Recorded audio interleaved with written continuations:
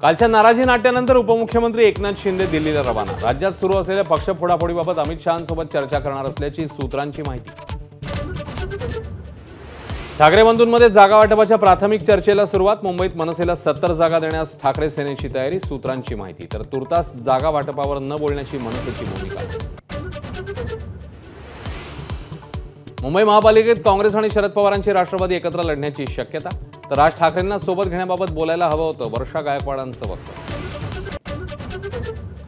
रत्नागिरीत राणेविरुद्ध सर्वपक्षीय सामना रंगण्याची शक्यता, आता युती होणं शक्य वाटत नाही, उदय सामंत यांचं विधान।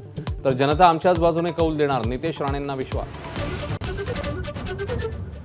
राजन पाटील आणि बाळराजे पाटलांची दिलगिरी, मुलगा भावनेच्या भरात बोलला असेल, पार्थ जय पवार समजून माफ करावं, राजन पाटलांची विनंती। बाळराजे पाटलांनी थेट अजित पवारांना दिलं होतं चॅलेंज।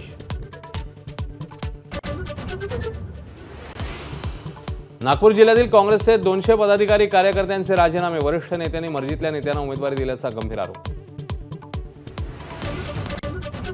राहुल गांधींच्या निवडणूक आयोगावरील आक्षेपांवर 272 प्रख्यात लोकांची टीका, घटनात्मक संस्थांविरोधात विखारी प्रचार सुरू असल्याचा आरोप।